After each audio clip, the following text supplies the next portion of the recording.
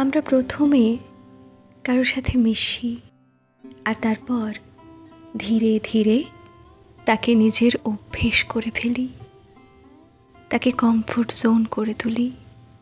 অজান্তেই নিজের ঠিক ভুলের হিসেব, দুর্বলতা, অনিশ্চয়তা, চোখের জল, অকাট্য অন্ধকার, বুকের স্পন্দনটুকুর হদিশ তাকে দিতে থাকি একটু একটু করে। মানুষ চিরকালই এই অভ্যেসের কাছে নতি স্বীকার করেছে। যে অভ্যেসের বশে বিছানার একটা নির্দিষ্ট কোণ আর পাশ বালিশটাকে ছাড়া যায় না। পছন্দের মাছটা একটু সময় নিয়ে খেতে জানতে হয়। কঠিন অঙ্কটাকে একদম শেষে গিয়েই নামানো যায়। কিংবা বৃষ্টি ভেজা রাতে তোমার ঠোঁটটা ছুঁয়ে নিতে হয়।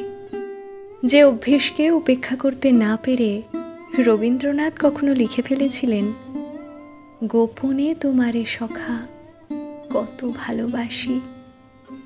ঠিক তেমনই একজন কেউ অনবরত আমাদের মস্তিষ্কে বয়ে চলে, শিরা উপশিরায় বিশ্রীভাবে জড়িয়ে যায়, যাকে আর কোনোভাবেই পার করা যায় না।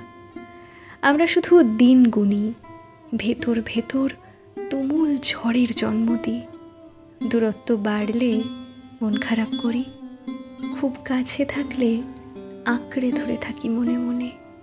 কেউ কেউ গান গাই, অসম্পূর্ণ কবিতা লিখি, ভীষণ জেদ করে ভুলে যাই বা ঈশ্বরের কাছে প্রাণপণে চেয়ে নিই তাকে।